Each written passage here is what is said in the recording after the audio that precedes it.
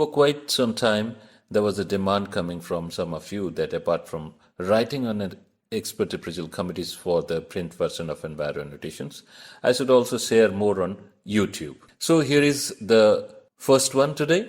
In this, I have taken the findings of third meeting of the Expert Appraisal Committee, also called as EAC, reconstituted by the Ministry of Environment, Forest and Climate Change for the environmental appraisals of non-coal mining projects. It was held on 5th of September 2022 under the chairmanship of Dr. Dinesh Mishra, IFS, retired, and Pankaj Verma is the member secretary of this committee. There are 13 other members. The EAC took up 5 applications in this meeting. 3 were pertaining to the grant of environmental clearance and 2 for the grant of terms of reference, TOR, to carry out detailed EIA study. Both the TORs or the proposals for TORs were recommended, and all the 3 proposals pertaining to environmental clearance were deferred. They were not rejected, they were deferred.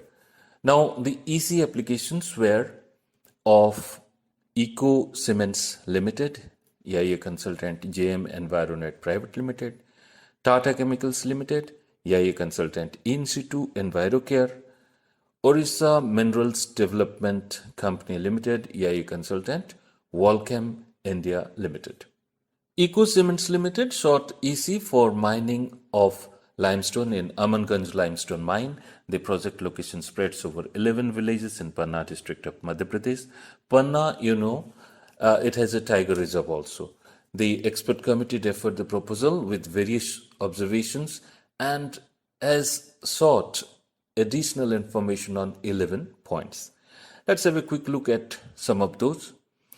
The first one, it said that refer to the report prepared by the Wildlife Institute of India or Madhya Pradesh State Biodiversity Board with respect to the tiger distribution, if any, in the study area and highlight the same in the EIA EMP report. Furnish the comments from the National Tiger Conservation Authority, NTCA, and also a letter from the Chief Wildlife Warden clearly indicating the distance of core zone and buffer zone of the Panna Tiger Reserve from the mine lease boundary, as well as any concern about movement of tigers from the Panna Tiger Reserve to forests of South Panna Forest Division and then to Bandhavgarh Tiger Reserve. EAC has asked to include the scenario of pollution to be generated at the cement plant and accordingly revise the air quality modeling and incorporate the same in EIA EMP report. The project proponent should indicate the capacity considered for the prediction of air quality modeling, which is actually the work of the consultant, EIA consultant, and the control case and worst case scenario needs to be demonstrated with the controlling factors and GLC, the ground level concentration values for the pollutants needs to be clearly mentioned. The input parameters used for the modeling should also be submitted.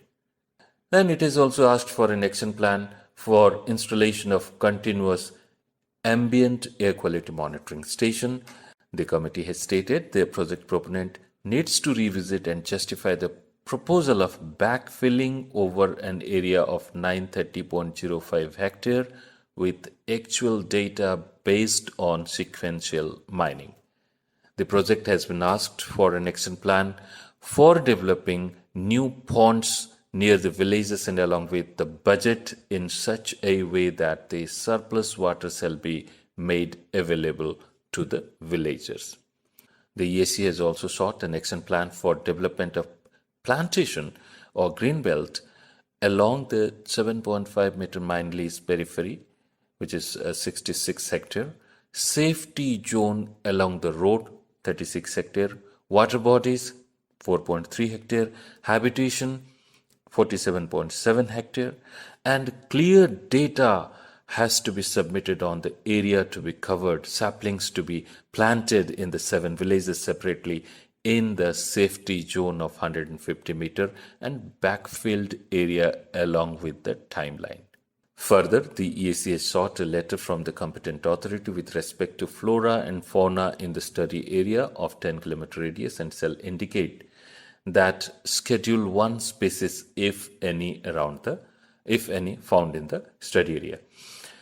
An important thing the EAC has directed is to ensure that the activities proposed under the public hearing action and activities proposed under the EMP, Environmental Management Plan, should not be similar.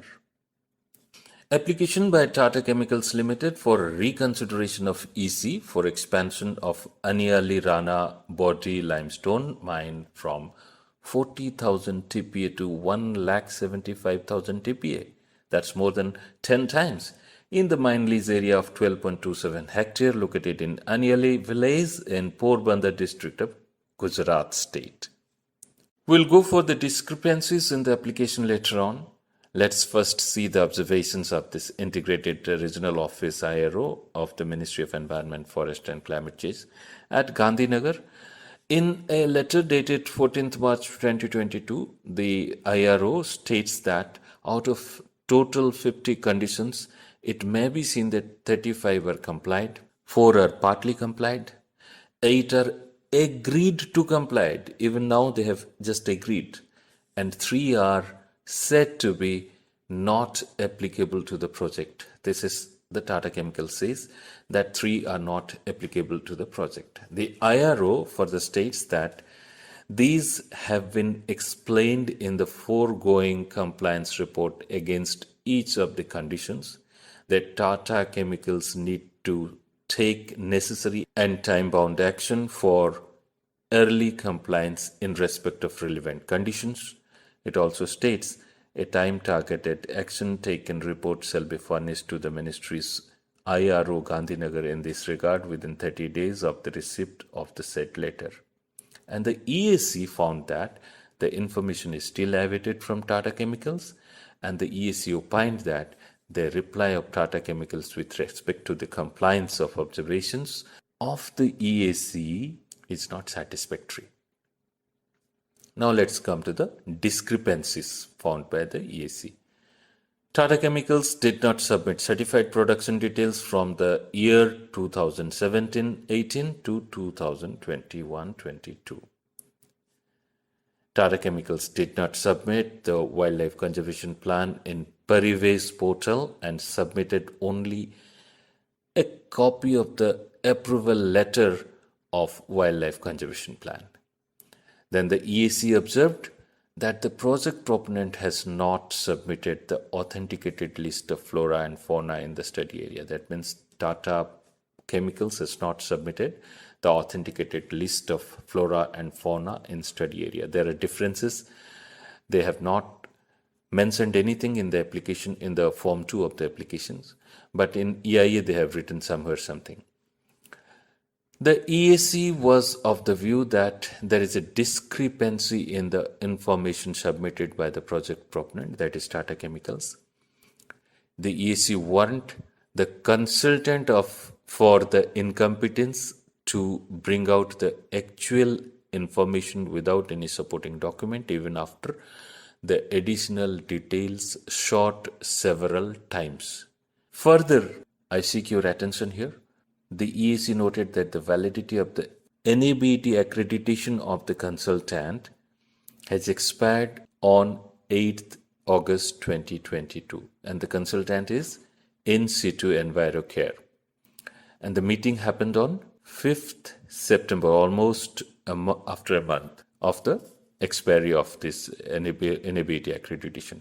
And no extension letter was submitted in the Parivesh portal by the consultant. Further, the EAC noted that as per the information available in the NABET website, though the EIA coordinator for this sector was found suitable for category A, the organization as a whole was accredited for the category B in view of scoring less than overall 60% marks in their office assessment.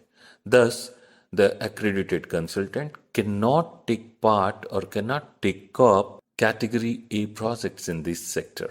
Though during the meeting, the EAC says that though during the meeting, The consultant accepted that accreditation is only for category B as on date. Neither the project proponent, that is Tata Chemicals, nor the EIA consultant, that is In Situ Enviro Care, revealed the information until the EAC took clarification. The EAC has taken a stringent note, asked the ministry to take action against the consultant for misleading the EAC and also for hiding information. The third one, EC to increase iron ore production up to 0.36 MTPA in Bagiaburu iron ore mine shot by the Orissa Minerals Development Corporation Limited in the mining lease area of 21.52 hectare located in Uliburu village, Tehsil Barbil, district Keonjhar in Odisha state was also deferred for the want of information or documents against 17 points. After deliberations on the application, the EAC directed OMDC to revisit the damage assessment attributed to 6 points. First and foremost, air environment. OMDC needs to use either USCPA, AER MOD or CMPDI emission figures to assess the damage based on the emission rates in kg on an annualized basis, and total damage value shall be arrived. In terms of water environment, OMDC has to refer Ministry of Jal Shakti, Central Groundwater Authority notification SO 3289E dated 24th September 2020 for computing the damage occurred during operation between 1993-94 to 2010-11. Then ecology and biodiversity, non-compliance of plantation for the past period and 10% of cost saved due to non-compliance of wildlife conservation plan budget for past period shall also be added. Damage due to noise and vibration if exceeded the norms. Economic benefit accrued due to production of 2.53 lakh tons under violation and cost saved in EMP expenditure during this period, the percentage of 3% of the total shall also be included.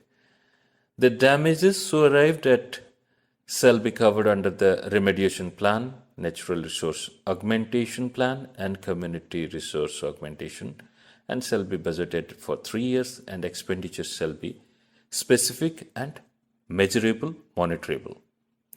Further, the EAC asked to revise the compliance of NERI conditions with a time-bound action plan. The expert committee observed that baseline data was carried out during October-December 2019 and is almost 3 years old, and hence the EAC asked the project proponent to revalidate with 1 month baseline data. EAC has sought water balance for monsoon and non-monsoon period along with past consumption during operation for the period from 1993-94 to 2010-2011. I hope that you got a fair idea on how the EIA reporting is happening. If you like this video, please share it with your friends and colleagues, and also please add more people to this channel.